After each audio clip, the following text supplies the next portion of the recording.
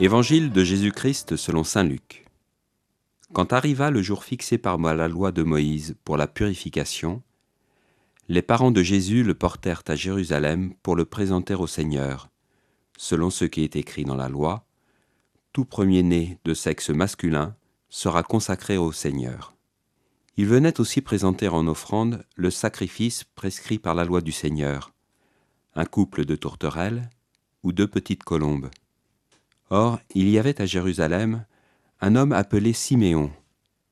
C'était un homme juste et religieux qui attendait la consolation d'Israël, et l'Esprit Saint était sur lui.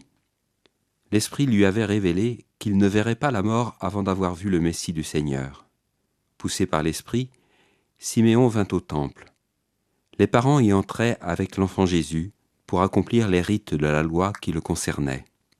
Siméon prit l'enfant dans ses bras, et il bénit Dieu en disant : « Maintenant, ô Maître, tu peux laisser ton serviteur s'en aller dans la paix, selon ta parole. Car mes yeux ont vu ton salut, que tu as préparé à la face de tous les peuples, lumière pour éclairer les nations païennes et gloire d'Israël ton peuple. » Le père et la mère de l'enfant s'étonnaient de ce qu'on disait de lui. Siméon les bénit. Puis il dit à Marie sa mère : « Vois ton fils qui est là, provoquera la chute et le relèvement de beaucoup en Israël. Il sera un signe de division. Et toi-même, ton cœur sera transpercé par une épée. Ainsi seront dévoilées les pensées secrètes d'un grand nombre. » Nous sommes encore dans l'octave de Noël, ce jour de Noël qui dure une semaine pour dire l'importance pour nous les chrétiens de cette naissance du Sauveur.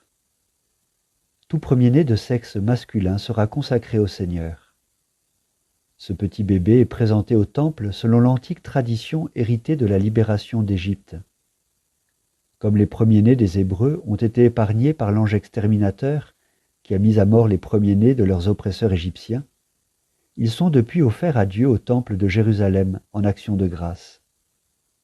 Jésus, fils premier-né de Marie, est ainsi à son tour présenté. Il est le Fils qui a été sauvé de la mort et que Dieu redonne à ses parents. Cet épisode de l'enfance de Jésus annonce déjà sa passion, sa mort et sa résurrection à venir. Le vieillard Siméon le prophétise à Marie : « Jésus sera un signe de contradiction, et toi, ton âme, sera traversée d'un glaive. » Cette annonce précoce prépare le cœur de Marie à ce qui va advenir. Comme Siméon toute sa vie, elle se laisse conduire par l'Esprit qui lui révèle la consolation d'Israël, et elle médite la parole de Dieu dans son cœur. Maintenant, ô Maître souverain, tu peux laisser ton serviteur s'en aller en paix selon ta parole. Cette belle prière, que nous reprenons chaque jour lors des complis, nous permet de voir ce passage de relais entre 2 serviteurs, Siméon et Marie, entre 2 êtres dociles à l'Esprit Saint. L'un, Siméon, a accompli sa mission, l'autre, Marie, la commence.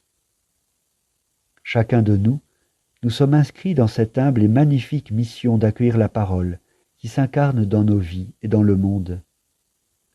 Pour cela, laissons-nous conduire par l'Esprit, comme Siméon, comme Marie.